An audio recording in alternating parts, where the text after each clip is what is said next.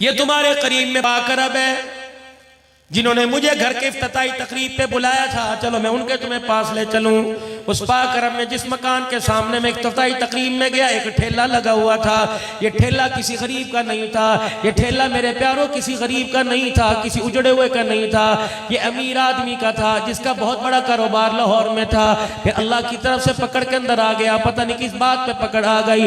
फिर उसका ना मकान रहा, ना दुकान रहा, ना गाड़ी रही। अल्लाह अकबर। कुछ अरसा पहले का मौलाना साहब 8 दिन हो गए ठेला बंद है। मैंने कहा क्या हुआ? रिश्तेदारों में चला गया या बुजुर्ग बीमार है? का ना बीमार हुआ ना रिश्तेदारों में गया, बल्कि वो दुनिया से ही चला गया।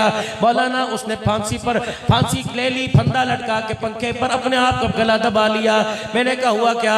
का मौलाना बेटी की मंगनी कर दी थी और शादी वाले कह रहे थे तारीख दे दे लड़के वाले। एक दिन बेटी की तारीख देने के लिए उनके दरवाजे पे चला गया।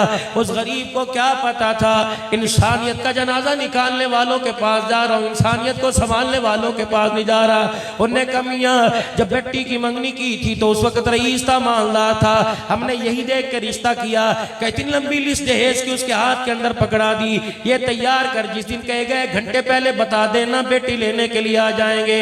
जब उसे फांसी के फंदे से मेरे अजीजों खुदकुशी के फंदे से नीचे उतारा, वही लिस्ट जो ससुराल ने लिख के दी थी वो नीचे पड़ी हुई थी और उसके नीचे लिखा हुआ था, बेटी मुझे माफ कर देना, तेरा बाप तुझे कफन तो दे गया, तुझे लाल जोड़ा ना दे सका, सारी जिंदगी के आंसू तुझे अरमानों के दे गया है मेरी बेटी। मैं तो तेरे लिए डोली लेने गया था, मुझे क्या पता था डोली लेने वाला जनाजे की डोली पे खुद चला जाएगा।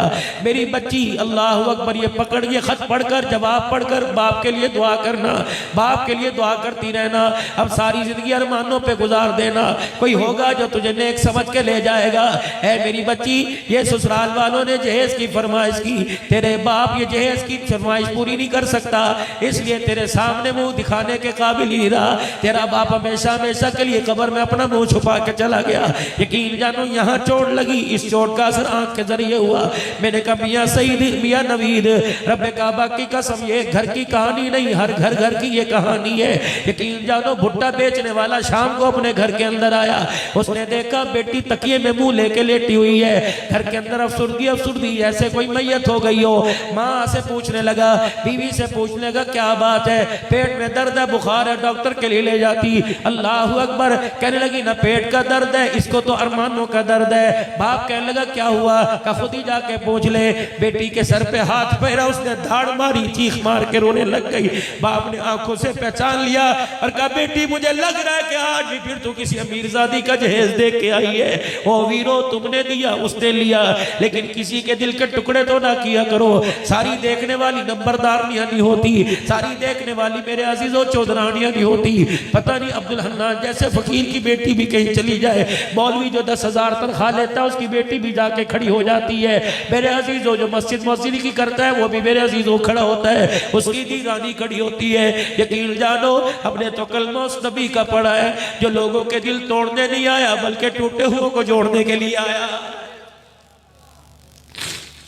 अब्दुल्ला बिन सलाम रजी अल्लाह ताला अन्हु कहते हैं, फरमाया मोहम्मद करीम सल्लल्लाहु ताला अलैहि वसल्लम की बुलंद आवाज से पढ़ो सल्लल्लाहु अलैहि वसल्लम। दुरूद इसलिए पढ़ा रहा हूँ हमारा रिश्ता लाहौर की बारों से टूटकर मदीने की बारों से जुड़ जाए। अल्लाह अकबर। फकीरों आज दुआ दे के जा रहा हूँ, आप मुझे दुआ दो, मैं आपको दुआ दो। या अल्लाह हमने केटी पहन ली, अल्लाह लट्ठे का लिबास पहन लिया, खद्दर पहन लिया, या अल्लाह वो लिबास जिसको तूने मना किया हम वो भी पहन गए।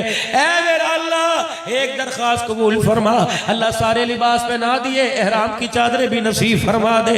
मौला कायनात हमें पता है दुनिया का लिबास पैसे से मिलता है, लेकिन एहराम की चादर नसीबे से मिलती है। दुआ करो अल्लाह मक्का भी दिखा दे, मदीना दिखा दे।